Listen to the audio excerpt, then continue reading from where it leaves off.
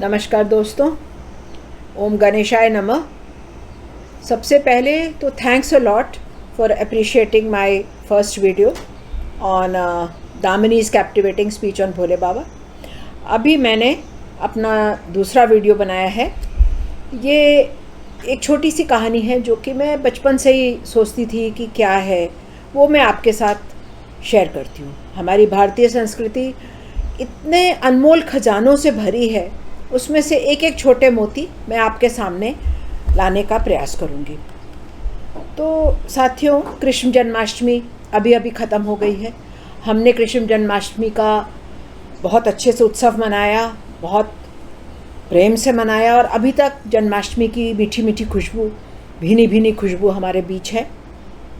लेकिन आज मैं कृष्ण जी की बहन योग माया माता, जिसने कृष्ण जी की प्राणों की रक्षा करी, उसके बारे में आपको बताना चाहती हूँ।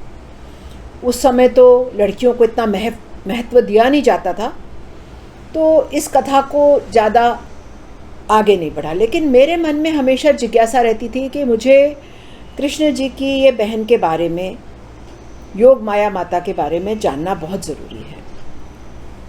तो जब कंस के अत्याचार से पूरी धरती परेशान हो गई और लोग विष्णु जी से प्रार्थना करने लगे कि विष्णु जी अब आप जन्म लीजिए, अवतार लीजिए और इस धरती को कंस के अत्याचारों से मुक्ति दिलाइए। विष्णु जी ने तब महामाया को कहा कि बिना तुम्हारे सहायता के ये संभव नहीं हो सकता। तो महामाया के आदेश पर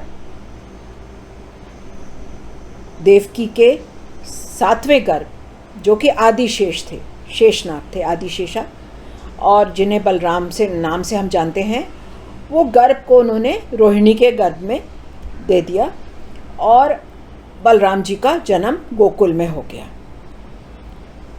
अब जिस दिन कृष्ण जन्माष्टमी के दिन वहाँ मथुरा में कृष्ण जी ने जन्म लिया और इधर योग माया माता का जन्म हुआ। ये यशोदा जी और नंद बाबा के यहाँ गोकुल में इन्होंने जन्म लिया, परंतु इनकी माया इतनी अपरंपार थी।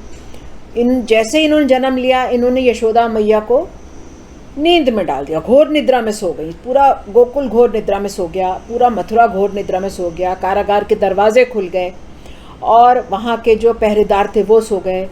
और वासुदेव जी ने नन्हे बाल कन्हैया को अपने सर पर टोकरी पर रखा और यमुना पार करके, वो सब कथा आपको पता है, यमुना पार करके वो गोकुल पहुंच गए। गोकुल आए और उन्होंने नन्हे कन्हैया को माता यशोदा के पास रख दिया और ये नवजात छोटी योग माया देवी जी को अपनी टोकरी में रखा और मथुरा वापस लौट गए।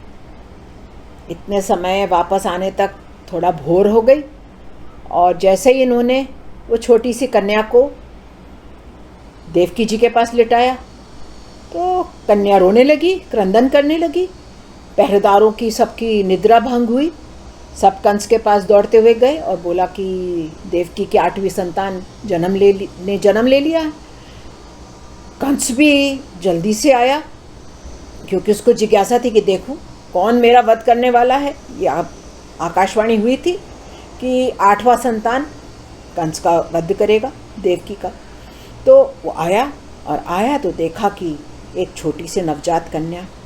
अब दोस्तों यही देखिए कितना दुरात्मा था कंस। एक छोटी नवजात कन्या पड़ी है, रो रही है, असहाय। उसने कुछ नहीं बोला, अच्छा ये मेरा वध करने वाली, और उसके पैरों से पकड़ा और एक चट्टान पे उसको पटक दिया। और जैसे ही उसने ऐसा किया, वो कन्या उसके हाथ से छूट गई और आकाश में उड़कर वो गायब हो गई, लुप्त हो गई। अच्छा, कहानी यहीं से ख़त्म हो जाती है। परंतु मुझे जिज्ञासा था कि हमेशा थी कि वो कन्या का हुआ क्या। तो मैंने काफ़ी अध्ययन किया तो मुझे पता चला कि जैसे ही कंस की हाथ से कन्या छूटी और आकाशवाणी हुई कि कंस मुझे क्यों मार रहे हो, तुमको मारने वाला तो गोकुल में जन्म ले चुका है, और ये कहकर वो कन्या गायब हो गई। परंतु उस कन्या के बदन के 3 हिस्से हो गए। जो सर था वो दिल्ली में गिरा। आज जो प्रेजेंट हमारी दिल्ली है वहाँ पे गिरा, और वहाँ पे अभी भी योग माया मंदिर है। और जो बीच का हिस्सा था वो कहीं आकाश में विलोप हो गया, वो हमको पता नहीं है कहाँ गया, वो आकाश में लुप्त हो गया। लेकिन जो नीचे का हिस्सा था वो उत्तर प्रदेश में विंध्याचल जो विंध्येश्वरी माता का स्थान है वहाँ पे रहा, वहाँ पे गिरा। तो जब कंस का वध हो गया और सब कुछ सामान्य हो गया, तब सब देवताओं ने आकर देवी की स्तुति करी, योग माया देवी की, और कहा कि माता अब हमारे साथ आप वैकुंठ वापस चलिए, अब तो आपका काम खत्म हो गया। परंतु माता धरतीवासियों से, हम सब धरतीवासियों से इतना प्रबल प्रेम करती थी, उन्होंने देवता से भी कह दिया कि हम वैकुंठ नहीं जाएंगे, हम यहीं पे पूजे जाएंगे, हम भक्तों के बीच में रहेंगे और हम यहीं पे, मुझे इनकी पूजा इतनी पसंद आई है, इनका प्रेम इतना अच्छा लगा है कि हम यहीं रहेंगे। तो मैंने आपको जैसा बताया, दिल्ली में योग माया माता का मंदिर है और विंध्याचल में विंध्येश्वरी माता का मंदिर है। वो आज भी बहुत उन मंदिरों की मानता है और उन मंदिरों को पूजा जाता है।